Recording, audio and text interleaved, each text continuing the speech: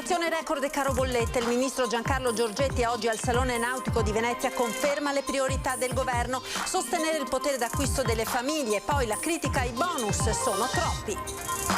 Ennesima tragedia in montagna, 55enne di Feltre scivola in un sentiero in Val Canzoia a Cesio Maggiore e cade in un dirupo per 50 metri sotto gli occhi dell'amica che era con lei. Prima una violenta lite, poi 1 o 2 colpi di pistola udito dai vicini. Carabinieri indagano su quanto accaduto in un'abitazione di Sossano. Protagonisti 2 coniugi, non ci sono stati feriti. Assurda bravata di un 30enne a Treviso, si aggrappa su una tubatura esterna del gas e la rompe. Maxi fuga in centro, evacuati un palazzo e la sede della Camera di Commercio. A Camponogara nel pomeriggio folla commossa per l'ultimo saluto ad Alessandro Zabeo, il 33enne operaio morto dopo una caduta al porto di Venezia. Razziavano le marmite catalitiche delle auto in sosta nei parcheggi dei centri commerciali. 5 rom arrestati dai carabinieri di Rovigo, colpi in Veneto ed Emilia Romagna. Studenti del liceo Fogazzaro di Vicenza contro la preside, frasi sessiste e grassofobiche contro le studentesse. La dirigente nega: sono amareggiata e mi sento infangata. Buonasera e ben ritrovati con l'edizione del Veneto dei nostri telegiornali. Inflazione record e caro bollette. Il ministro Giorgetti oggi al Salone Nautico di Venezia ha confermato le priorità del governo. Vogliamo sostenere il potere d'acquisto delle famiglie, ha affermato, dicendo però che ci sono troppi bonus. Tema degli stipendi soprattutto in Veneto, toccato anche dal presidente Zaia. Prima di tassare bisogna vedere di risparmiare eventualmente dalle spese superflue o che non esattamente sono utili. E quindi un ragionamento da fare però sicuramente, perché restituire il potere d'acquisto ai pensionati e ai lavoratori è qualcosa che il governo ovviamente è in agenda. Preservare e rilanciare la capacità di spesa delle famiglie, strette tra caro bolletta e inflazione record. Il ministro allo sviluppo economico Giancarlo Giorgetti a Venezia per il Salone Nautico conferma quella che è la priorità del governo, rappresentato in giornata con una presenza silenziosa anche dal super ministro all'economia, il bellunese Franco. Prima quindi c'è da tagliare cosa Giorgetti lo indica espressamente. C'è una pletora di bonus che forse andrebbero un po' disboscati, usiamo questo termine qua, valutando quelli che sono effettivamente utili e quelli che non lo sono. Resta poi il tema degli stipendi fermi mentre i prezzi al consumo galoppano. Attenzione però, dice Giorgetti, a non innescare pericolosi effetti domino. Quando si parla di riduzione del cuneo fiscale si fa riferimento esattamente a questo. Bisogna stare molto attenti a non far ripartire una spirale inflazionistica che sarebbe devastante. Abbiamo già conosciuto questi fenomeni negli anni 70-80, dobbiamo evitare di ripetere gli errori. Già i salari, con il record negativo segnato proprio dal Veneto sulla base di un recente studio dell'INPS. 21.500 euro la retribuzione lorda pro capite media l'anno, migliaia di euro in meno rispetto ad altri territori. Un dato per certi versi eclatante che si potrebbe in parte spiegare con il ricorso al nero e che sta infiammando il dibattito. Su questo interviene lo stesso presidente Zaia chiedendo una valutazione che vada al di là dei singoli numeri. Bisognerebbe vederli, perché è come quando si parla di dati della sanità, si guardano delle statistiche. Io che ho fatto statistica all'università mi hanno insegnato, il mio professore diceva sempre: gli italiani mangiano mediamente un pollo all'anno, poi c'è chi ne mangia 10 e chi non lo vede mai. Numeri che parlano, stando anche all'ultimo report della Fondazione Nord-Est, di un Veneto meno attrattivo per i giovani di quanto siano Lombardia ed Emilia Romagna. Io vedo i dati, abbiamo un PIL di 180 miliardi di euro, ovviamente gli stipendi devono essere adeguati poi al costo della vita, questo è poco ma sicuro. E voglio solo ricordare a chi dice queste cose che in questa regione unica in Italia non si paga l'addizionale IRPEF, quindi non preleviamo dalle tasche dei veneti 1.179 milioni di euro all'anno, e questo accade da 12 anni. Dobbiamo lavorare assieme, è un percorso che dobbiamo continuare a fare. Ad esempio adesso c'è questa grande operazione anche con Univeneto e quindi con l'università, ma dire che il Veneto non è attrattivo vuol dire non conoscere i dati. Carenza di infermieri nelle case di riposo. Dopo mesi di polemiche, la Giunta regionale del Veneto ha approvato la formazione complementare per i cosiddetti super OS. Carenza di personale infermieristico nelle case di riposo. Alla fine si è trovata l'intesa che consentirà agli operatori sociosanitari di affrontare il percorso di formazione complementare in assistenza sanitaria. Dopo mesi di tensione che avevano portato l'Ordine delle Professioni Infermieristiche ad impugnare la delibera della Giunta regionale del Veneto, una serie di tavoli di lavoro hanno portato alla revisione della norma, in particolare la parte di riferimento alla centralità e responsabilità di chi gestisce il processo assistenziale. Sciolto questo nodo, ovvero espunta dalla norma ogni riferimento rispetto al fatto che ci potesse essere un'autonoma figura professionale nuova, inedita, che ha un rapporto diretto con la persona assistita, e ristabilito il principio normativo che esiste da oltre 30 anni, dove l'infermiere è il responsabile del processo assistenziale infermieristico, il problema si è sciolto. Dal punto di vista normativo abbiamo trovato la quadratura del cerchio. La Giunta regionale del Veneto ha quindi approvato per gli OSS il percorso informazione e assistenza sanitaria nelle strutture extraospedaliere residenziali e semiresidenziali per anziani pubbliche e private accreditate nella Regione Veneto, corsi che consentiranno alle case di riposo di tirare un seppur piccolo sospiro di sollievo. Praticamente formeremo gli operatori sociosanitari dandogli una maggiore competenza e aderiamo alcuni di questi la terza S. E questa maggiore competenza ci permette di sopperire in parte alle carenze di infermieri e a quello che fanno. L'organizzazione complessiva dell'attività è demandata ad Azienda Zero, il tirocinio ai responsabili delle professioni infermieristiche delle ULSS. In totale in Veneto ci sono 510 posti, dei quali 90 per l'ULSS 2 Trevigiana. Tragedia in montagna, l'ennesima oggi attorno a mezzogiorno. Cristina Gallon, 55 anni, di Feltre, ha perso la vita dopo essere ruzzolata per una cinquantina di metri dal sentiero numero 801, un tratto dell'alta via numero 2 che dal Piaz porta al rifugio Boz. La donna si trovava in compagnia di un'amica che l'ha vista inciampare e cadere di lato. Il dramma è accaduto sotto la cima del monte Zoccarea Alto in Val Canzò, in comune di Cesio Maggiore. Ai soccorritori giunti con l'eliambulanza non è rimasto altro che constatare il decesso della donna, che è stata recuperata e trasferita a Soranzen, dove ad attenderla c'erano i familiari. Per i rilievi di legge sono intervenuti i carabinieri di Feltre. Stamattina i carabinieri, andiamo ora sempre con la cronaca nel Vicentino, i carabinieri sono intervenuti in un'abitazione in comune di Sossano per una lite tra marito e moglie. Indagini in corso, sentiamo. Giallo, senza morti e senza feriti, ma quello che si consuma a Sossano in una mattina come tante è un giallo perché è difficile avere conferme ufficiali. I carabinieri restano abbottonati, ma sono loro a intervenire nell'abitazione, forse per una presunta lite tra anziani coniugi. Sto aspettando un confronto con le forze dell'ordine per gli approfondimenti. Da quel che so mi risulta che sia una vicenda familiare che ha avuto un'escalation dai toni piuttosto accesi. Si parla anche di un'esplosione di un colpo d'arma da fuoco, però non ho riscontri ufficiali. Anche il sindaco di Sossano ha passato la giornata a provare a ricostruire quanto avvenuto. Dai primi accertamenti pare che siano stati esplosi 2 colpi di pistola. Indagini in corso per ricostruire le dinamiche dell'episodio. Certamente non ci sono stati feriti e non è escluso che i colpi siano partiti inavvertitamente da una pistola detenuta regolarmente. Forse addirittura diverso tempo dopo in modo scollegato dalla presunta lite.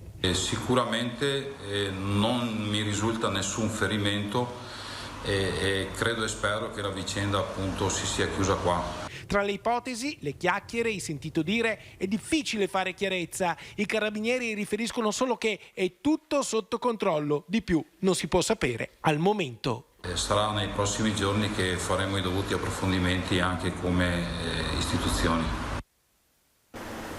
Chiesa gremita, amici e colleghi di lavoro si sono ritrovati questo pomeriggio nella chiesa parrocchiale di Campo Nogara per salutare un'ultima volta Alessandro Zabeo. All'uscita del feretro il pianto dei parenti ha squarciato il silenzio. Non c'è consolazione per la famiglia dell'operaio morto lunedì a 34 anni sul posto di lavoro a Porto Marghera a seguito della caduta da un castelletto di circa 3 metri sopra la bara, la maglietta del Milan e un cuscino di rose bianche. E tragedia sfiorata oggi poco prima di mezzogiorno in pieno centro a Treviso a causa del gesto sconsiderato di un giovane. Sentiamo cosa è successo.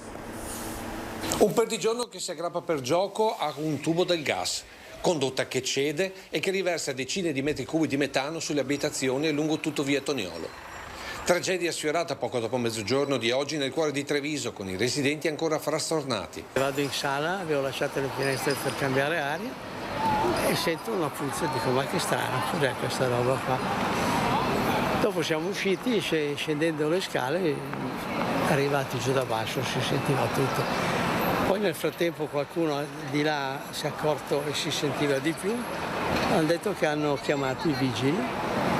E adesso siamo qui che stiamo aspettando di capire se ci lasciano ritornare in casa. Oltre una cinquantina i cittadini fatti evacuare in tutta fretta dai vigili del fuoco che intervengono in pochissimi minuti dalla telefonata della proprietaria di questo locale che scappa lasciando tutto così.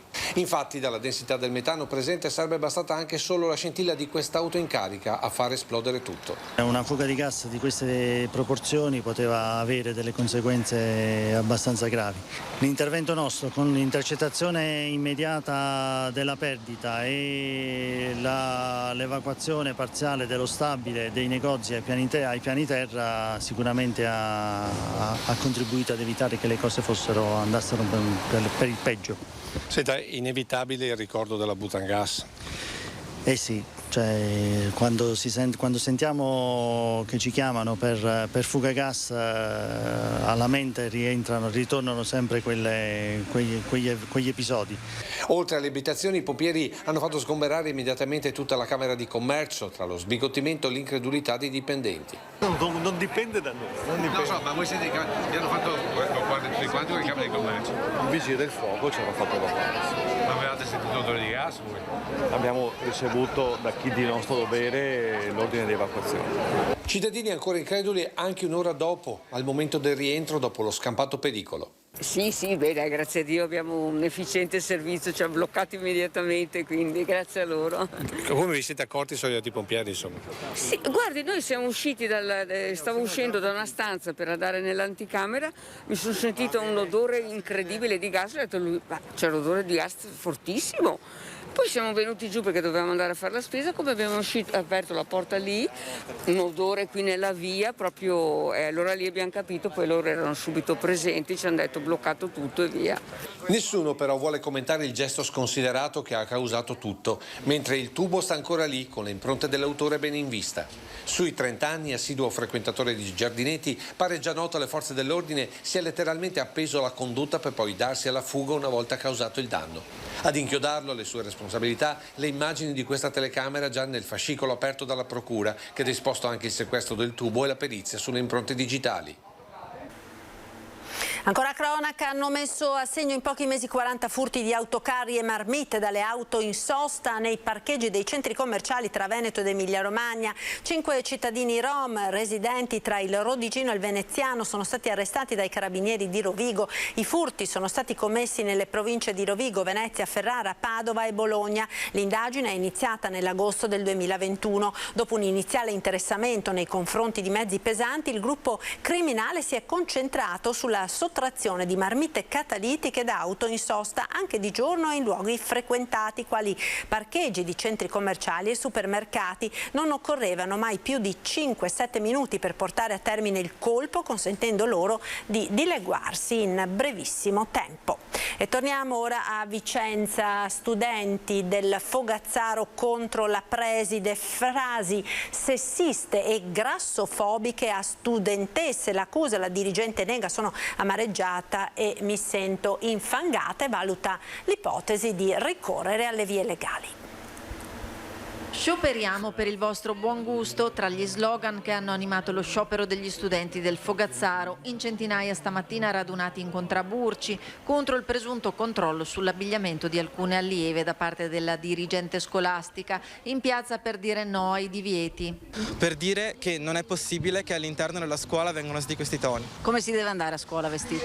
Bisogna andare a scuola in maniera consona all'ambiente, quindi canottiere e shorts chiaramente non sono la ragione per cui stiamo lottando, ma sicuramente se dobbiamo essere rimproverati per questa cosa non è questo il modo di farlo. Studenti che hanno stilato una relazione di quanto sarebbe accaduto venerdì all'interno di una classe terza, in base alle testimonianze di alcune studentesse, in cui la preside avrebbe espresso commenti paternalisti di stampo sessista e grassofobici. La cosa importante è che ogni studente si senta proprio agio all'interno della scuola, perché la scuola è il luogo dello studente, deve sentirsi bene. Poi pensiamo che sia corretto in un certo senso non venire a scuola come, citando la preside, si va in spiaggia, però nonostante questo non è neanche giusto che vengano fatti certi commenti a ragazze, soprattutto in un'età molto critica. Commenti che la dirigente nega categoricamente, confutandoli uno ad uno, in primis come non avrebbe mai annunciato note disciplinari a chi vestito in modo ritenuto non consono. Sono amareggiata e mi sento infangata,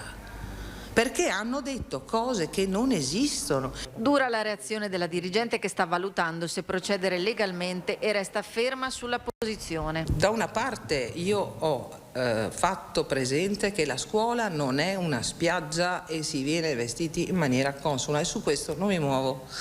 La decisione era quella di portare al Consiglio d'Istituto l'anno prossimo, perché ormai siamo in scadenza, per scrivere un codice di abbigliamento. Ero amareggiata per questa cosa e l'avevo detto a quella classe, che ha volutamente travisato, o almeno l'estensore di quel documento anonimo ha travisato quanto io ho detto. È venuta a sapere dello sciopero dagli organi di informazione senza che gli studenti cercassero prima un confronto e un chiarimento, e oggi amplia la riflessione sulla necessità di un cambio di rotta.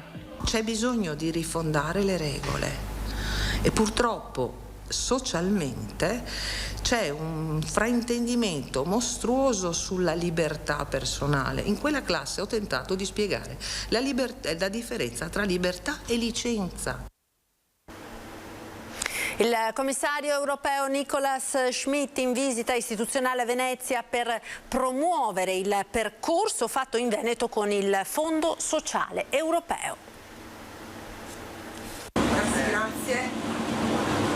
Guarderemo molto alle persone che sono più fragili per l'entrata nel mondo del lavoro, quindi agli over 30 e soprattutto i giovani, verso apprendistato di terzo livello, ITS e formazione professionale. C'è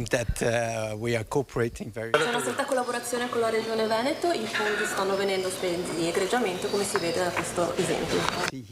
L'Europa investe sulle persone e lo fa attraverso il Fondo Sociale Europeo. Come vengono spesi questi soldi? Oggi è stato il momento di mettere tutto nero su bianco davanti al commissario europeo per l'occupazione e l'integrazione Nicolas Schmit in visita istituzionale a Venezia. Ad accoglierlo la splendida cornice di Palazzo Mocenigo, sede regionale della Guardia di Finanza, dove è attivo un cantiere didattico. Sono competenze giuste, ha detto Schmit, a dare le giuste opportunità e a dimostrare la bontà degli investimenti sulla formazione con il POR FSE. Alla fine saranno i numeri: 764 milioni a disposizione, 892 quelli realmente investiti, oltre 10.200 i progetti che hanno raggiunto 400.000 persone. La nostra capacità amministrativa ha fatto sì che un overbooking ben studiato e ben programmato potesse poi farci assorbire le risorse di quelle regioni che non hanno speso, quindi proprio per evitare che il sistema Italia ne avesse un danno, e così abbiamo beneficiato della nostra capacità, ma di un tessuto, soprattutto nell'ambito dell'inserimento al lavoro e della formazione dei giovani, di eccellenza.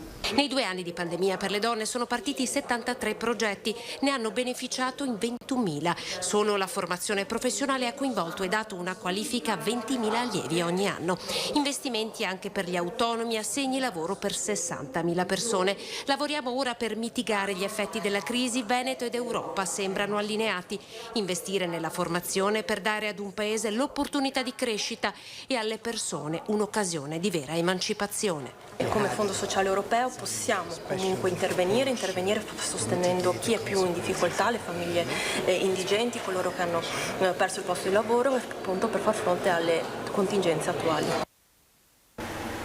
A Padova ora, dopo 2 anni di pandemia, sono molti i pellegrini che tornano per rendere omaggio a Sant'Antonio in vista del 13 giugno. È sempre più visibile l'affetto dei fedeli e dei devoti verso Sant'Antonio a 10 giorni esatti dal 13 giugno, un affetto che si sente nei numerosi fedeli già presenti in città. È la ricorrenza e di conseguenza andiamo a dare un saluto. Di dove siete? Di Castelfranco vicino. Quindi venite tutti gli anni? Sì. Per aiutare un po' tutti della famiglia. C'è un fratello che al momento non sta tanto bene, quindi siamo venuti qua a chiedere una grazia. Di dove siete? Della provincia di Udine. Mio papà era molto legato a Sant'Antonio, quindi sì, vengo qua per ricordarlo. Un santo che nonostante i 2 anni di pandemia non si è mai allontanato dalla sua gente. Le sue reliquie hanno sorvolato le terre venete nei luoghi simbolo del Covid sull'elicottero nel 2020. La reliquia dell'avambraccio di Antonio, custodita nella Basilica della Salute di Venezia, è stata trasportata lungo le vie d'acqua fino a Padova nel 2021. A portare Sant'Antonio nelle vostre case con un record di spettatori il lavoro del network Media Nord-Est in uno sforzo corale accanto alla comunità dei frati. Nell'anno del ritorno della solenne processione lungo le vie della città il 13 giugno, mercoledì scorso sono stati 2000 i pellegrini entrati nella cappella delle reliquie. Ieri fino a mezzogiorno erano già 1000. In Basilica continua anche la tredicina con il pellegrinaggio dei fedeli di varie diocesi italiane che domani alle 18 porterà l'arcivescovo metropolita di Bologna, il cardinale Matteo Zuppi, appena nominato presidente della Conferenza Episcopale Italiana. Giorni di fede, giorni di pausa in questo ponte di giugno per scoprire tra le bellezze di Padova anche la cura di tesori artistici conservati in Basilica. Noi veniamo spesso al santo perché siamo devoti, ma in realtà anche perché è una delle città più belle d'Italia. C'è poco da dire. E anche questa chiesa è particolarmente entusiasmante, sia per i credenti come siamo noi, ma anche penso per i non credenti. Per una vacanza e andiamo a vedere il santo. Di dove siete? Pavia, Voghera. Da quanto siete a Padova? Da ieri. Siamo arrivati ieri, è molto bella. È una città inaspettata, bella, da tornare. Ascolti, ma il santo c'è anche un motivo di fede oppure semplicemente per una questione culturale? Perché è una questione culturale, sicuramente una questione artistica e fa parte della nostra tradizione. La fede, poi chi lo sa. Ed era questo l'ultimo servizio per il TG del Veneto. Io vi ringrazio per essere stati con noi in chiusura. Un'occhiata alle previsioni del tempo per le prossime ore. Arrivederci, il meteo.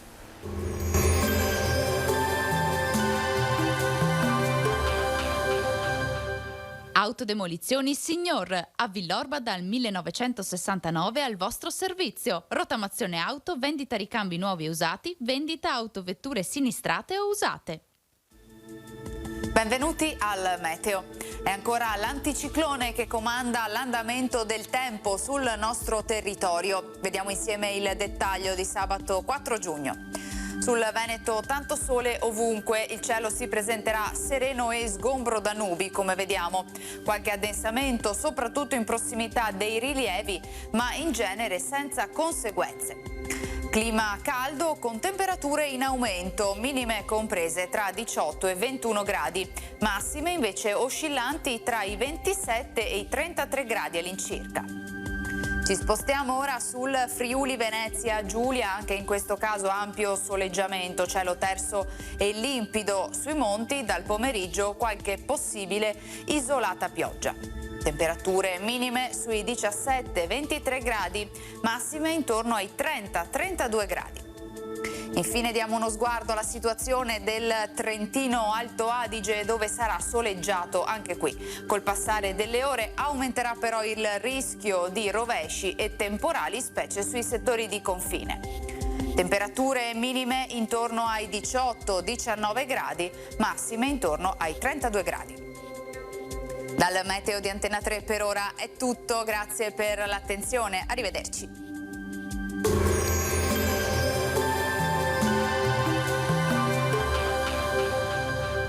Autodemolizioni Signor, a Villorba dal 1969 al vostro servizio. Rottamazione auto, vendita ricambi nuovi e usati, vendita autovetture sinistrate o usate.